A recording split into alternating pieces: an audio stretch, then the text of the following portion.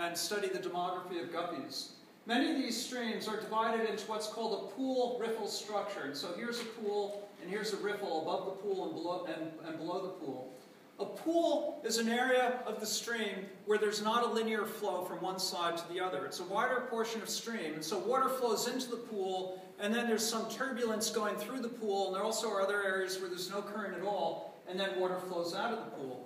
The streams are structured like a staircase, so that you have a riffle, then a pool, then a riffle, then a pool, then a riffle, and a pool.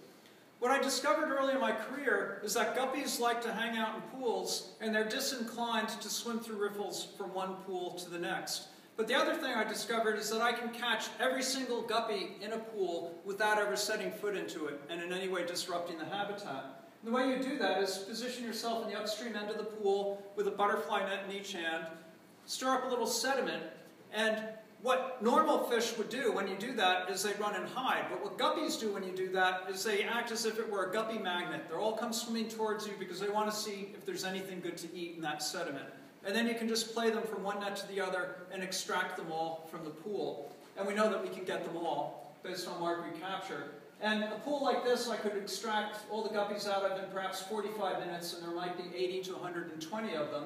And we treat pools as units in experiments and units for analyzing the populations. Because as I said, there's restricted movement from one pool to the next. So we'd collect every single guppy in each of these pools, we'd keep them separate, bring them back to the laboratory, measure them, mark them, and return them to the site of capture, and then do the same thing at regular intervals each month. And the data that you can collect, if you do that over a series of months, would include survivorship, which is estimated as a probability of recapture. You can look at individual growth